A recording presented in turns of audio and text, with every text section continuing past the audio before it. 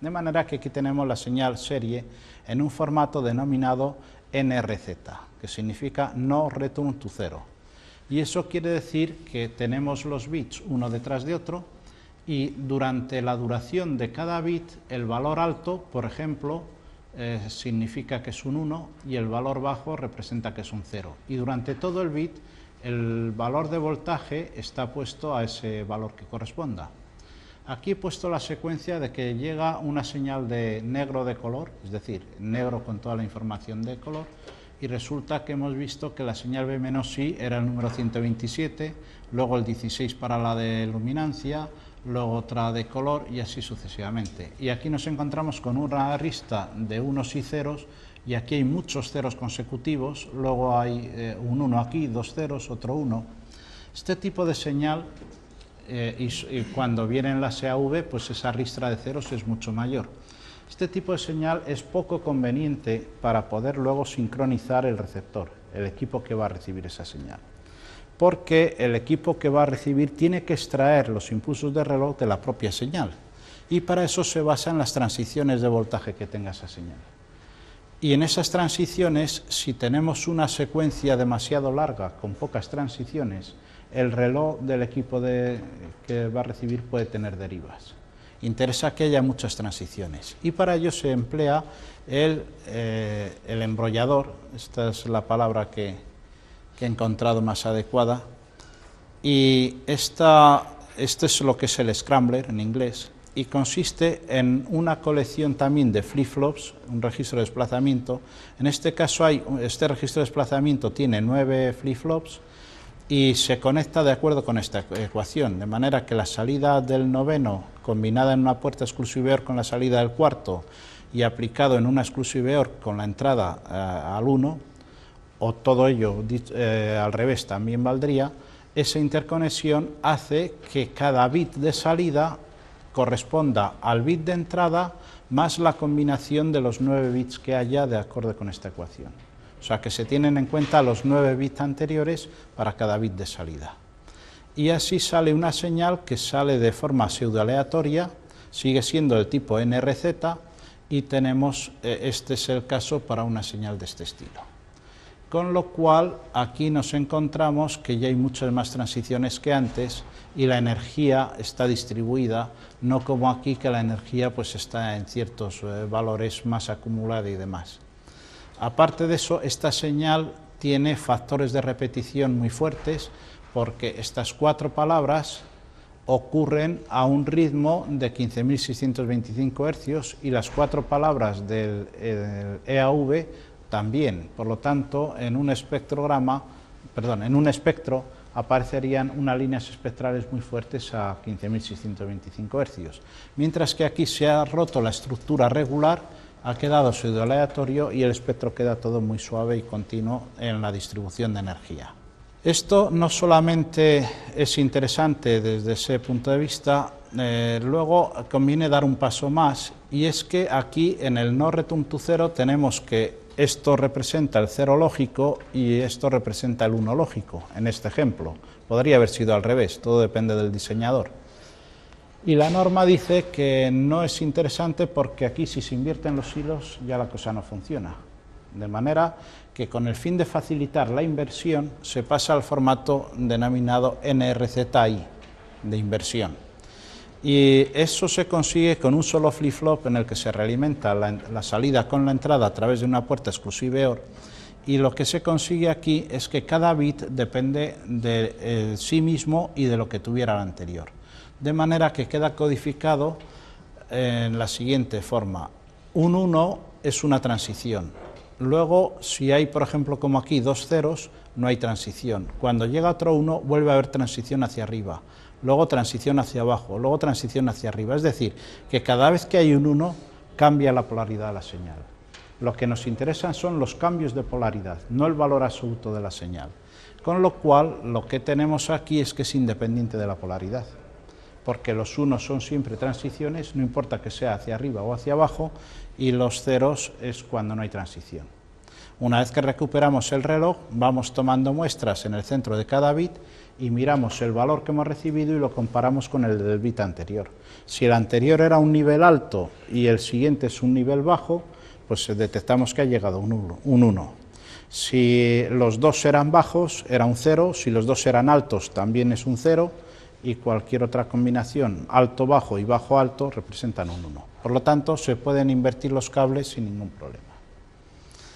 También, con ese concepto, es fácil ver que hay una cosa que llevo años repitiendo, y es que las señales digitales no existen. No hay señales digitales. Las señales son siempre analógicas. Lo que es digital es la información que llevan esas señales. Y esto es muy importante porque esta señal se va deteriorando a medida que va haciendo su recorrido. Y la señal analógica se deforma, mientras que la información digital que lleva puede que no se deforme y podemos extraerla. Lo cual quiere decir que a veces tenemos que la información digital está en buen estado porque todavía la podemos recuperar, a pesar de que la señal analógica se ha deteriorado enormemente. Y en ese caso, todos los que estamos involucrados en esta tecnología, el cuidado es mantener que la señal analógica se mantenga en las mejores condiciones posibles para que el equipo que va a recibir esa señal pueda discernir entre si lo que ha recibido es un 0 o un 1, porque una vez que extraemos esa información, si tenemos una señal analógica muy estropeada, pero la información la sacamos todavía sin errores, sigue siendo correcta, pues la imagen digital o lo que sea lo podemos recuperar perfectamente. Es decir, que lo que es analógico, o sea, lo que es digital es la información. La señal siempre es analógica. Al fin y al cabo, por un cable, lo único que hay es grupos de electrones moviéndose en una dirección o en otra, no hay más. Y el detectar ese movimiento es lo que nos permite extraer la información digital.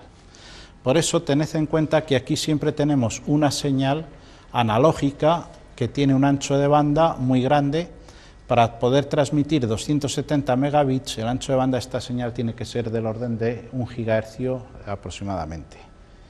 Aquí estamos viendo un analizador de espectros con un span desde 0 hasta 1 gigahercio y efectivamente vemos que la energía está uniformemente distribuida en unos lóbulos correspondientes a la señal seno de x sobre x. Esto es el módulo, lógicamente, como todos los analizadores de espectros. Y vemos que efectivamente hay unos nulos a la frecuencia nominal de salida, del muestreo de salida, 270 MHz, el doble, el triple, etc.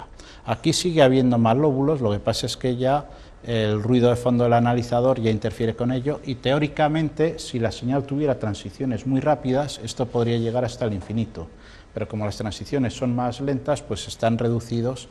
Pero como veis está la salida de un generador de señal SDI, de televisión normal, y esto es lo que debe ser. Por lo tanto, para que esta señal no se deforme, los cables y toda la circuitería y todos los sistemas por donde pasa tienen que tener 1 gigahercio de ancho de banda. Eso implica que los patch panel, los amplificadores, etcétera, todos sean de ese ancho de banda para minimizar cualquier deterioro de esa señal. Si eso no se cumple, la señal se va estropeando y la consecuencia es que no podemos transportarla en longitudes muy grandes. Si todo está bien cuidado y con los cables de alta calidad que se emplean actualmente, concretamente el de referencia se suele usar un cable de tipo Belden 8281, pues con ese cable se consigue una señal que sale de un generador en sus condiciones normales, puede transportarse hasta 350 metros. Y no más porque el cable, al fin y al cabo, es como una línea de transmisión con componentes distribuidos, tiene inductancia, resistencias y capacidades, y la impedancia característica se mantiene, sin embargo, la atenuación se va haciendo tanto en las frecuencias bajas como en las altas, pero en las altas sufre mayor atenuación que en las bajas. Las características de atenuación de los cables suelen responder a 1 partido por la raíz de la frecuencia, es decir, que a medida que la frecuencia va aumentando, la atenuación va siendo mayor y se van perdiendo las informaciones más altas. Y cuando ya llegamos a los 350 metros, esto ya está muy deformado y es generalmente el límite. Dependiendo del cable y de todo, si es un solo trozo de cable, pues pueden ser 370, 380, 340, pero se suele estimar que 350 es el valor medio. Y generalmente no conviene utilizar los sistemas hasta esas longitudes, porque dependiendo del equipo que genera la señal puede estar ya un poco deteriorada o no y podría fallar. O sea que se deja un margen del equivalente a unos 50 metros para tener margen de seguridad. Y en eso entran, ya digo, el patch panel, etcétera. Y también entran las cargas.